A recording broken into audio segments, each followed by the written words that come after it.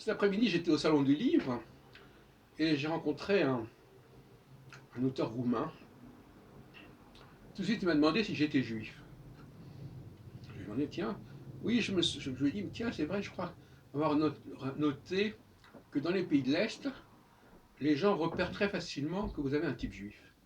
Et d'ailleurs, les femmes d'Europe de l'Est que j'ai connues, avec qui j'ai vécu, me disaient que dans la rue, souvent, les juifs étaient interpellés, pas parce qu'ils avaient, et notamment les femmes juives, pas parce qu'ils portaient des signes ostentatoires ou ostensibles d'appartenance religieuse au judaïsme, mais par leur type physique. Et ça, c'est une question qu'on a moins en France, qui fausse souvent le débat. Parce qu'on croit que les juifs, on les reconnaît parce qu'ils ont une calotte, comme si c'était un argument. Un non-juif peut porter une calotte, un juif ne peut pas en porter une, c'est n'importe quoi. Donc en France, on n'a pas une conception très heureuse, à mon avis, de ces questions, alors que les juifs eux-mêmes, entre eux, se reconnaissent, en réalité. Euh, Souvent dans les mariages entre juifs, les gens ne se sont pas rencontrés parce qu'ils étaient juifs, mais ils sont restés ensemble parce qu'ils étaient juifs, c'est pas pareil. Ils sont restés ensemble parce qu'il y avait quelque chose qui les attirait, et il est apparu que c'était leur judéité qui était leur point commun, entre autres, mais ils étaient attirés physiquement, ils étaient attirés subconsciemment, je dirais, d'une certaine manière. Le problème, c'est que, et ça pose ces problèmes posés par Shlomo Sand, dès qu'on n'est plus dans le domaine du religieux, on est dans une sorte de no man's land épistémologique. Alors, on vous dit, oui, mais à ce moment-là, comment vous expliquez ça la race, ça n'existe pas, ceci n'existe pas. Voilà. Donc, on bascule. Et alors, on est obligé de vous dire, ah maintenant, alors finalement, c'est le religieux. On oblige les juifs à se définir sur le plan religieux, sur le plan culturel, au sens folklorique du terme, ou sur le plan des connaissances. Or, ça n'est pas un bon terrain, parce que justement, c'est ça qui est vicieux, c'est que dès qu'on est dans le domaine culturel, n'importe qui peut se faire passer pour juif. Et justement, un débat que j'ai lancé certaines fois dans mes cafés philo McDo, pas assez souvent, mais quand même, c'est que l'habit ne fait pas le moine, l'habit ne fait pas le juif, si on peut dire.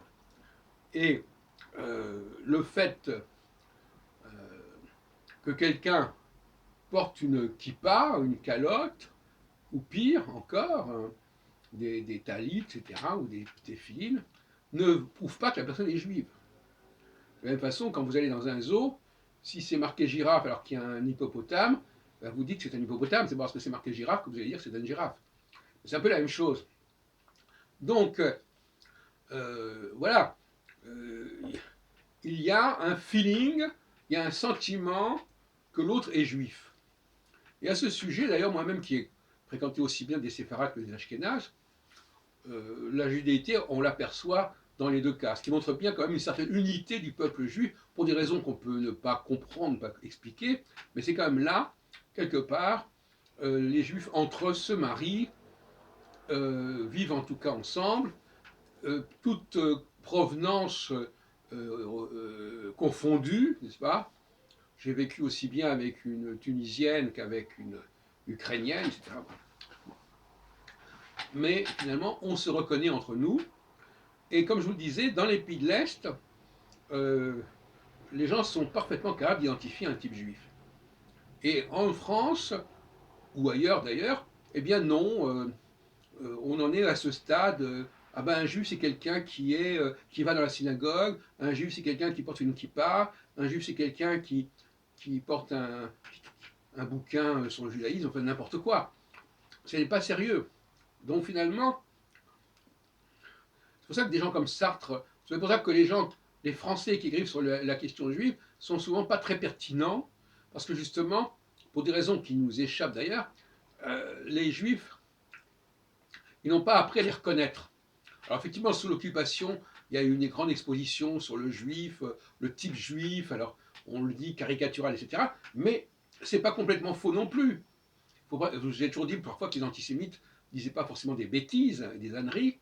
Il y a effectivement une certaine typologie juive qui se reconnaît, on ne confond pas vraiment, par exemple, un juif et un arabe musulman, non, enfin arabe, musulman ou pas musulman, enfin pas. Je veux dire que moi, je conçois pas de confondre une femme juive et une femme arabe. Hein. C'est pas du tout, je l'aperçois pas de la même manière. Bon, mais c'est pas facile à déterminer, mais ça existe. Et moi, ce qui me paraît important, ce sont les faits. Les faits, c'est que les juifs restent. Alors la question qui se pose, et je terminerai là-dessus, c'est que euh, la première chose, par exemple, si on prend les Noirs, qui est un cas extrême, alors là, on croit que c'est évident. On va dire, ah, mais les Noirs, ils sont ensemble. Mais est-ce qu'ils sont ensemble parce qu'ils sont Noirs? Ou est-ce que, parce qu'ils sont Noirs, ils ont des points communs entre eux sur le plan subconscient, sur le plan psychique, sur le plan mental? Et, puisqu'ils ont ces points communs, eh bien, il se trouve qu'ils sont Noirs.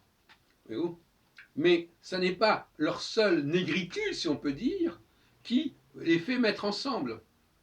C'est pas parce qu'ils sont simplement qu'ils ont le même type de visage qu'ils se mettent ensemble. Non, c'est beaucoup plus profond que ça. Ils ont une structure mentale, il y a quelque chose qui se dégage, qui fait qu'ils se reconnaissent entre eux.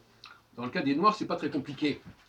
Dans le cas des Juifs, c'est plus complexe, c'est plus subtil, mais ça existe également. Moi-même, je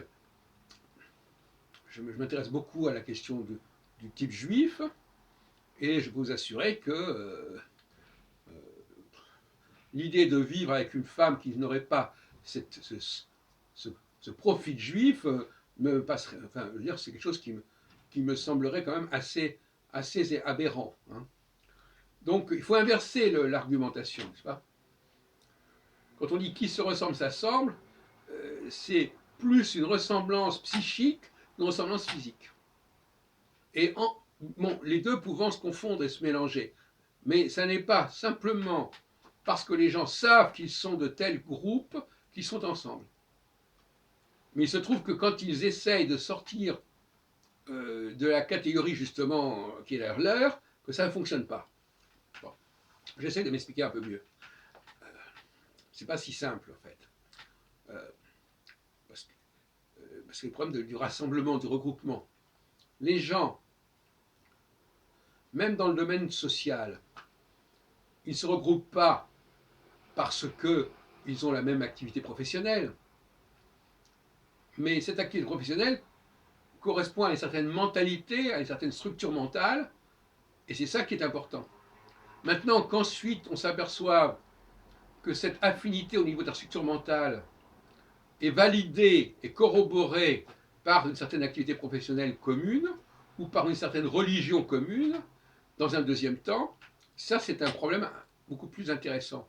Et ça renvoie à mes problématiques épistémologiques, à savoir que dans un premier temps, il y a le fait qu'on observe comme ça, les gens se mettent ensemble, et dans un deuxième temps, on va expliquer le fait de façon plus ou moins satisfaisante, si vous voulez, en disant ben oui, les gens sont ensemble parce qu'ils ont la même religion.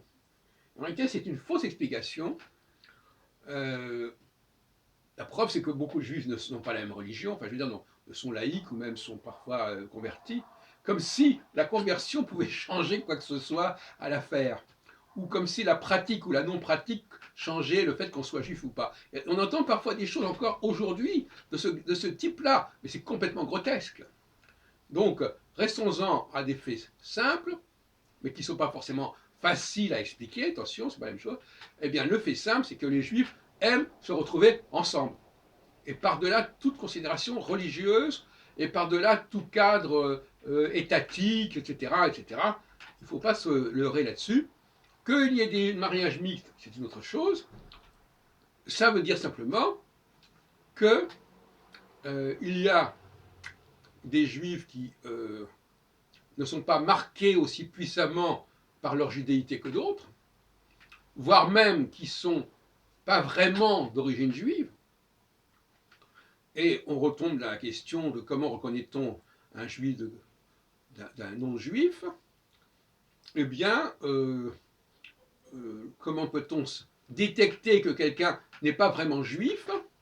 Voilà une question qui se pose, que j'ai posée l'autre jour, samedi dernier, en disant à des participants, vous vous prétendez juif, moi, dans votre mode de fonctionnement, dans votre mode de raisonnement, dans votre absence de culture, je vous considère que vous n'êtes pas juif, même si vous le prétendez. Et en l'occurrence, cette personne avait des rapports au judaïsme très, très, très obscurs et très tordus. Bon. Mais c'est comme ça. Et inversement, on peut se sentir attiré par quelqu'un qui n'est pas juif dans sa conscience de ce qu'il est, et qui pourtant, quelque part, nous donne l'impression qu'il est juif.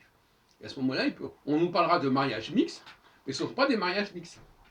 Parce qu'un homme, deux personnes peuvent être attirées l'une par l'autre, parce qu'elles sont juives, même s'il y en a une des deux, ou les deux d'ailleurs, qui n'est pas catalogable immédiatement comme juive. Donc faisons attention au mariage mixte. Quand un juif est attiré par une femme, ou une femme par un homme, une femme juive par un homme, eh bien, même si on parle de mariage mixte en disant mais l'autre n'est pas juif, eh bien, moi je dirais, on n'en sait rien. Je serais très prudent.